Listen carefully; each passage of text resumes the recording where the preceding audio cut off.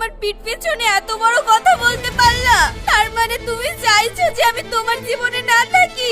চাও আমি আর তোমার জীবনে থাকবো না? তোমার অ্যাক্সিডেন্টের কথা শুনে আমি ইন্টারভিউ ছেড়ে চলে আসলাম। তোমাকে আমি পাগলের মতো ভালোবেসেছি, তোমার পেছনে আমি পাগলের মতন ঘুরেছি। আরে চাকরি তো আসবে আর যাবে, জানো আমার চাকরিটা কেন হলো না?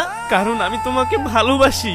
ওই একটা কলের জন্য আমি ইন্টারভিউ ছেড়ে তোমার সঙ্গে দেখা করতে চলে আসলাম।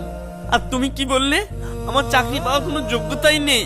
আমি আসলে তোমার কারণে চাকরিটা পাইনি, তোমার কারণেই আমি এতগুলো বছর নষ্ট করেছি।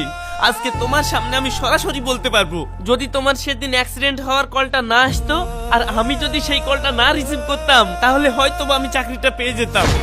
আমার কারণে তোমার জীবন নষ্ট হয়েছে, তাই না? তাহলে কথা দিলাম আমি তোমার জীবনে আর কখনো ফিরে আসবো না।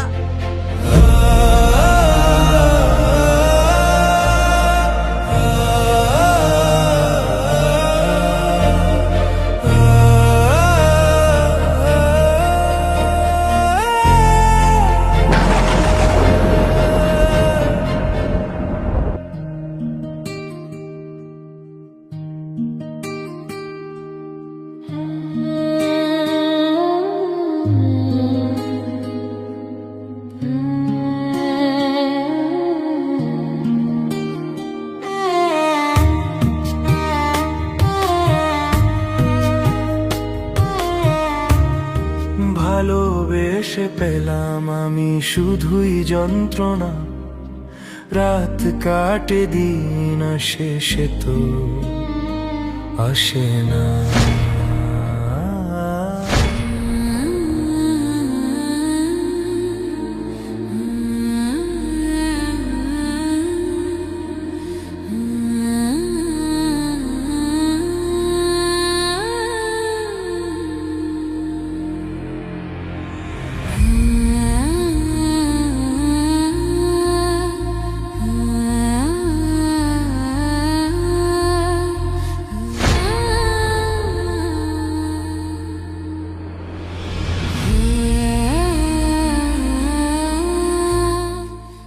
সায়নী, আজ তোমার বিয়ে।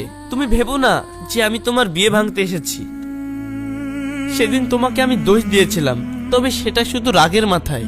কিন্তু সত্যি বলতে তুমি আমার জীবনে ব্যর্থতা ছিলে না। তুমি যদি আমার জীবনে না আসতে, তাহলে হয়তোবা আমি কলেজ লাইফটাও শেষ করতে পারতাম না।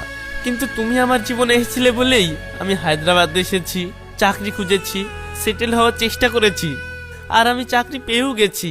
আজ আমি সফল শুধুমাত্র